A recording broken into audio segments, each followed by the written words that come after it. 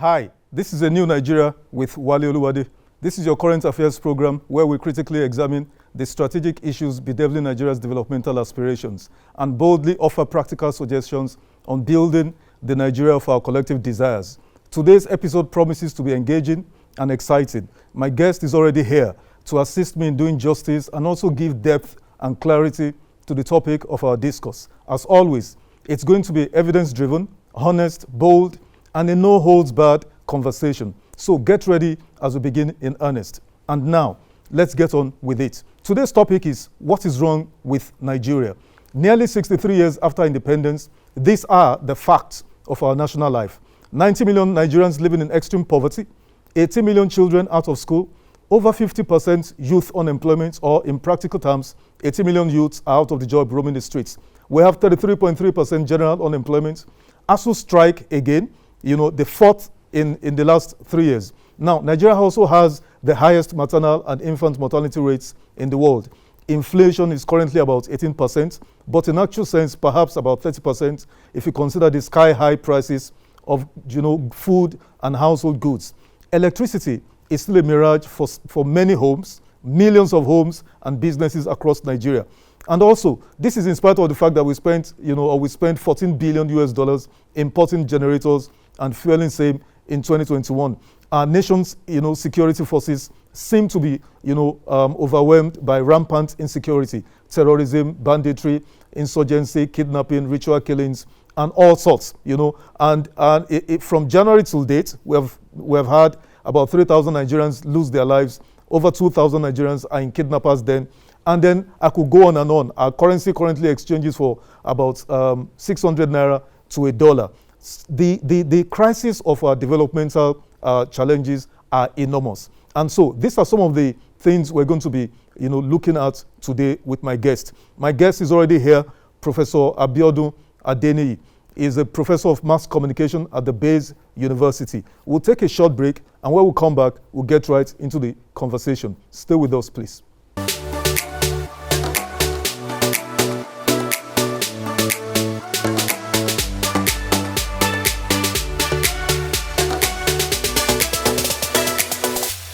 Yeah, welcome back from that short break. Prof, good afternoon. My pleasure, good afternoon, and congrats. Thanks for coming. Thank you, and congrats on the launching of your show. Thank you very much. Thank you very much. Prof, you heard some of those depressing statistics I reeled out. Yeah. As a Nigerian, what in your own opinion is wrong with Nigeria? Well, I don't think there's anything that is fundamentally wrong with us. There's nothing spiritual about it. There's nothing that we cannot understand. Nothing is incomprehensible. Everything is empirical before us. Everything is just around us for us to see. Have we, in the past couple of years, taken the right step in the right direction? Have we had the right leadership? And have we, beyond just pronouncement, beyond the creation of policy programs, have we been faithful with our policy directions? We're very good in outlining policies. Have we been religious about the way we follow these policies, ensuring that there is proper execution and implementation? Are we disciplined enough? Do we work on the basis of team? Are we patriotic? Are we nationalistic? Do we believe in the nation called Nigeria? To what extent are we ethnical? To what extent are we not tribal, or regional? Those are the things that are bedeviling us, that is making it look as if our problems are intractable. We have so many lessons to learn from the way it has happened across the world. Every nation, have at one time or the other been challenged, just like us. But through painstaking effort, taking steps in the right direction and following those steps through, they've been able to take themselves out of whatever quagmire they belong. Some of them are even recent in modern times. The UAE is an example. Of course, Chinese was a broken city-state in the past. Italy was a broken city-state in the past as well. France was broken until the French Revolution. The United States was broken, until they started producing salutary leaders, Abraham Lincoln, George Washington, etc., etc. And they were committed to the building to the evolution of a great nation? Have we had those kind of leaders, you know, that will not remind us of our differences, that will rise above our divisions and propel us to the next level? You know, those are the things that should bother us really. And if we don't get those things right, realizing that, you know, we have a nation to build, we'll continue to wonder and think that there's something fundamentally wrong with us as Nigerians, because nobody really believe that it should make sacrifices for this country. You know, it's just about what can I get. It's just about plundering. It's just about prebendal rapacity. It's just about milking the state nearly at every level. Hardly will you find, you know, somebody who is different, you know, to say, no, I want to make this sacrifice. I want to be committed. You know, we can see this being reflected round the corner from reports that we get every day, you know, and on and on and on like that, you know. Thank you, Prof, for your opening remarks. To your mind, you know, and even to my mind or any other informed Nigerian, does it appear to you like we have had governments in all these 60-something plus years after independence? Does it appear to you like we have had governments in Nigeria? Yeah, we have actually been having government, you know, because if we've not been having government, it would have been like a Hobbesian state, you know, where life is short, brutish and nasty. You know, they wouldn't have been well organized. You know, it would have been having warlords, vassals. You know, but don't we have that already? Is that not what the current situation in Nigeria now? Yeah, it's looking like that. You know, but maybe we shouldn't be too hard on ourselves. We have had semblance of progress. There are instances of development that we have registered in the last 60 years. You know, and that's why development can actually be put into the tangible and the intangible. In terms of the tangible, you'll be talking about physical structure. You know, you'll be talking about infrastructure, you'll be talking about utilities. We have seen some progress from the 60s up to now, even though we're saying that we could still have done more with the resources available to us. Then, at the level of the intangible, of course, development is also should also be evident in the way we exemplify or we exhibit belongingness. That's essentially missing, you know, in the mind of the average Nigerian.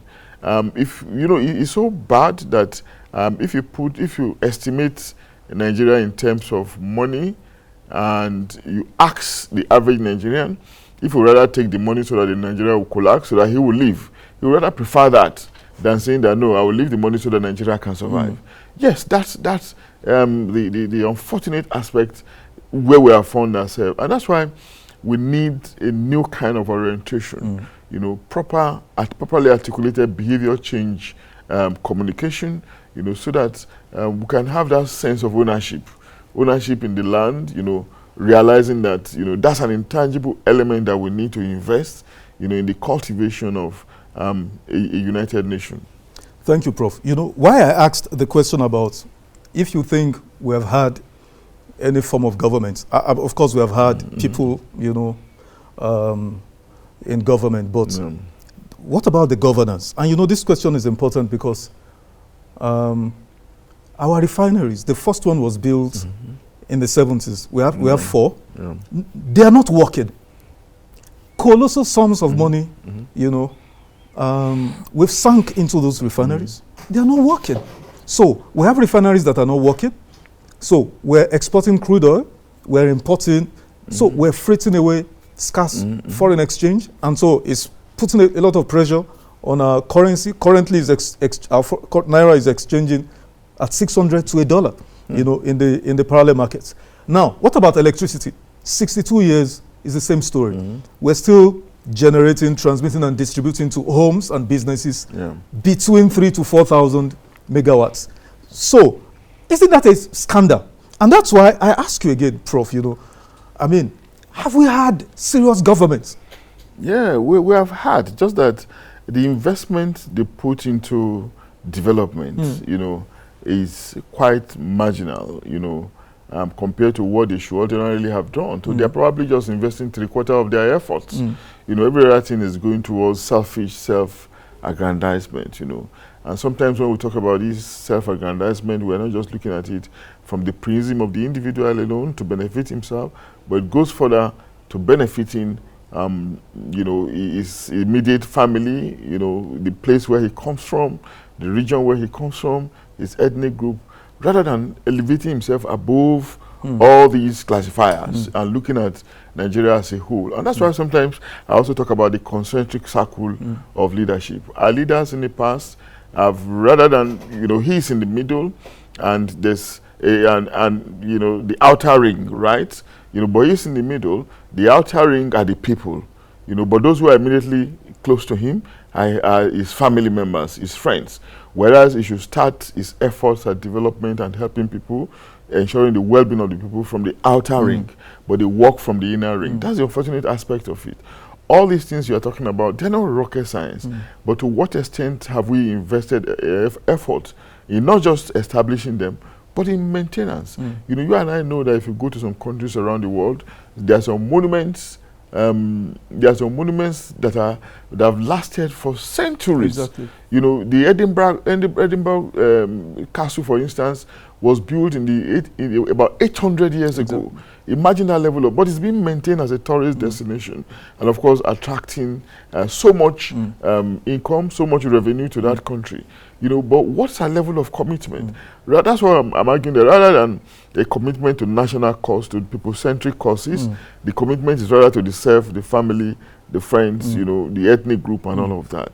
If we're able to elevate ourselves above that level and see the nation as a whole, if we have a national hero, then our narrative can begin to change really. But we need to underscore the fact that we have had leaders at different levels, not just at the national level, but at the subnational level, at agency level as well, who have shown flashes of this kind of ideal leadership that we want. We have seen flashes of it, but unfortunately, the level at which they operate, was not broad enough, was not expansive enough for them to make long-lasting and sustainable impact.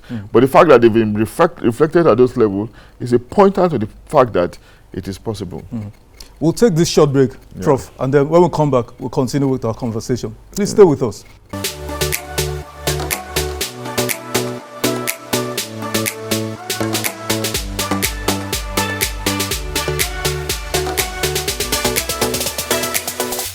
Thank you for staying with us. Prof, we have limited time left on the program. Time flies when you are doing something wonderful. So let me ask you, what's your solution to all of this, to the myriad of our developmental challenges? What, in your own opinion, is the solution? Well, the solution is not like, you fire a bullet and you find an answer. No silver bullet. No silver bullet. The solution is processual. But what matters is actually the mindset of the leaders, the mindset of the people. Because where there is the will, there's always the way. But where there's no will, then there can hardly be the way. The average Nigerian citizen does not believe in Nigeria. And that's why you see many of our youth externalizing their hope. That's an example, an instance of the faithlessness the average person has here. Even the elders, if they have their option, the average Nigerian elder wants his or her war to be abroad or to have an alternative country. No nation develops like that. What it means is that apart from you exporting your will, even resources, are being exported rather than those resources remaining in this country to develop this country through the multiplier effect. Those resources are rather being externalized. Those are the problem. We need that level of conviction generated in us through conscientious orientation, so that we'll have that self-belief in ourselves. And beyond that self-belief, we also need a leader, the rightful leader, that will understand these dynamics, that will understand this this situation, and galvanize us as appropriately as possible, elevating him or herself above our classifiers, above ethnicity, tribalism, religion, income group, region, etc., etc. That's what we need, a national hero, a believer in Nigeria, who will outline program and be painstaking about implementation and execution. Brilliant point you raised. A national hero who can, rouse us to get to the level, where we don't think about this primordial sentiments. Now, that's a brilliant point. As we go towards 2023, it's election season. What's your advice to Nigerians? Should we reduce everything to zoning? The argument out there is zoning. What do you think? Well, zoning is something that we actually that has been in the front burner. But we're getting to a time where we need to be more concerned about performance, about pedigree, about the prospect of candidates to deliver the goods. You know, because if you look at all those, you know, who have been considered in the past on the basis of zoning, you know, what would you say has been the outcome? How did zoning benefit the North? With President Buhari coming from the North, how did zoning benefit the South-South? With Jonathan coming from the South-South? Or how did it benefit the South-West with Obasanjo coming from? You can continue to look at it like that. So that's why you begin to see that if we have a leader that sees himself as Nigeria, as a Nigerian first and foremost, you know, you begin to forget the questions of zoning, agitation for zoning, agitation for representation, because all we are doing now is about patronage and compensation. And that's why people want to simply feel that until my own is there, I cannot get the benefit from the elephant. What should be the priority of our new set of leaders in 2023? In your own opinion, and in just 1 minute, Prof, what should be the priority? Their priority is just to believe in Nigeria and to be ready to galvanize us towards development, forget about self-aggrandizement, about their family and friends, and prioritize the people before all these other elements. Thank you so much, Prof. My pleasure. Thank you so much. Thank you very much. That's the end of the interview segment. We'll take a short break and then we'll come back for my closing statements. Stay with us, please.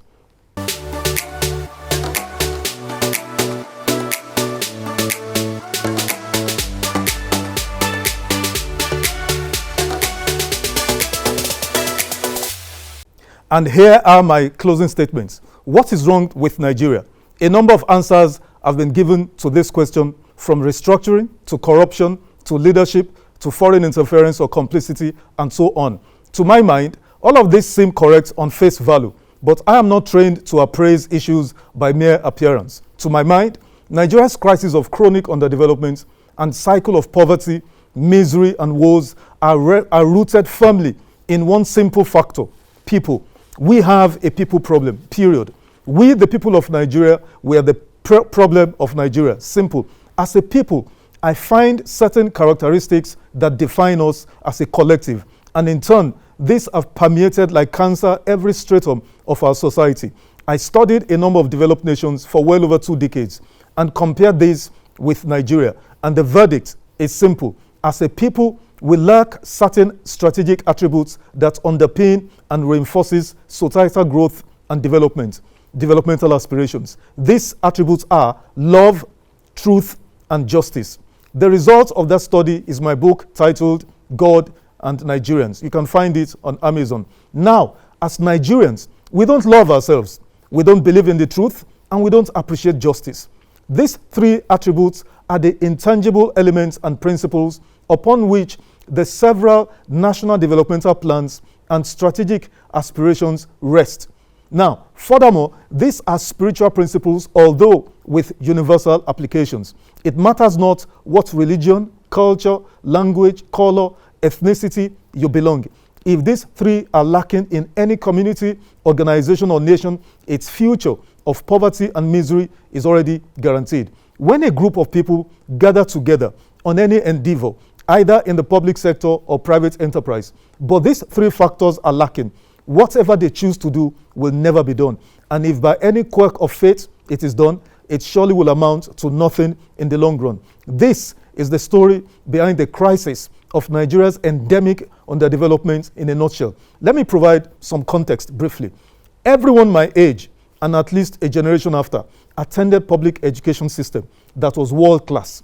If there were any private schools at all, they were scanty at best and not much regarded by all. In this manner, everyone who was interested got quality education. In fact, in some instances, this quality education, at least in the formative stages, was made compulsory. By this deliberate policy of political leadership at the time, Nigeria produced students and a workforce that competed on an even keel with their peers from every part of the developed world. Also, our tertiary institutions, though few in number, were regarded globally as centers of academic excellence.